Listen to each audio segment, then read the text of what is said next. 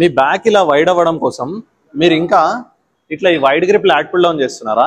So actually మీరు ఈ wide grip lat pull down చేయడం వల్ల మీకు ఎక్కువ ట్రైన్ అయ్యేది మీ అప్పర్ బ్యాక్, మీకు ఎక్కువ ఇక్కడ టెరిస్ మైనర్ టెరిస్ మేజరే ఇన్వాల్వ్ అవుతుంది. సో యాక్చువల్గా మీకు లాట్ విడ్త్ పెరగాలంటే మీరు ఫోకస్ చేయాల్సింది మీ లాటిస్మస్ డోర్సీ మజిల్ని. మీకు ఇక్కడ రిబ్ కేజ్ నుంచి షోల్డర్కి ఇట్లా వ్రాపప్ అయి ఉంటుంది. సో దీనికి మీరు better lengthening better shortening achieve చేయాలంటే పుల్ చేయాల్సింది ఈ యాంగిల్లో కాదు, ఈ యాంగిల్లో పుల్ చేస్తే మీకు అప్పర్ బ్యాక్ ఇన్వాల్వ్ అవుతుంది.